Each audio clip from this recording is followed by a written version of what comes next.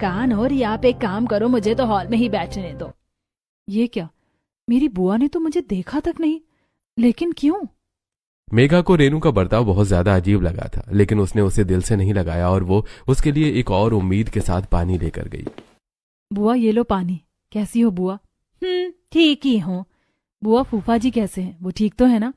अरे तू चाहती क्या है? मुझे तो तुझसे बात नहीं करनी है, तो तू क्यों मुझसे कुछ ना कुछ पूछे जा रही है?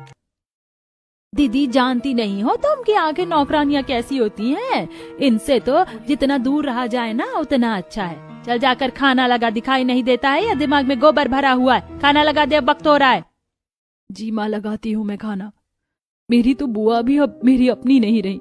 मेरा तो अब इस दुनिया में कोई सगा कहने के लिए नहीं है। या फिर ये भी तो हो सकता है कि बुआ बस माँ को दिखाने को मुझसे मुंह सिकोड़ रही हूँ, नहीं तो अकेले में वो मुझसे बात कर ले।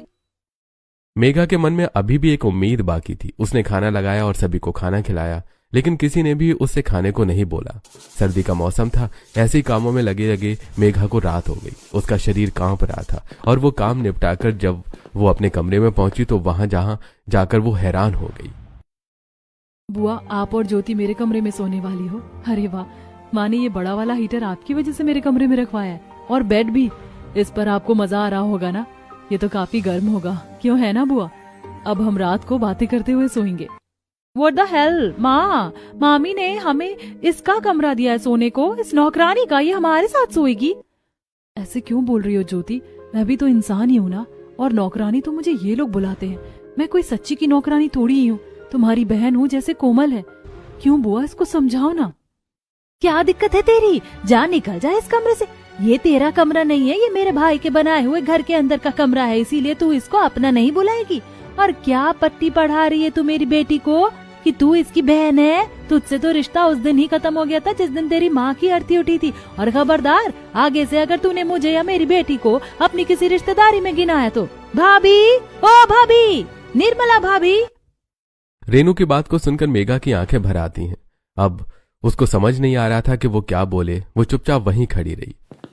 कुछ ही देर में वहां कोमल और निर्मला आ गईं और Who the hell? किसने भेजा तुम्हें यहाँ सोने के लिए, बुद्धू लड़की? ये तो आते ही ऐसे खुश हो रही थी कि जैसे ये हीटर, ये बेड और ये सब कुछ बस इसी के लिए रखा गया है। इसका चेहरा देखकर तो मेरा ऐसा दिल किया कि इसकी एक थूथड़ी पर मार दे। अब भाभी, इसका कुछ करो, या तो इसको यहाँ से लेकर जाओ, या मैं ही यहाँ से जा रही हूँ, क्योंकि मैं इस नौकरानी के साथ तो रूम शेयर नहीं करूंगी।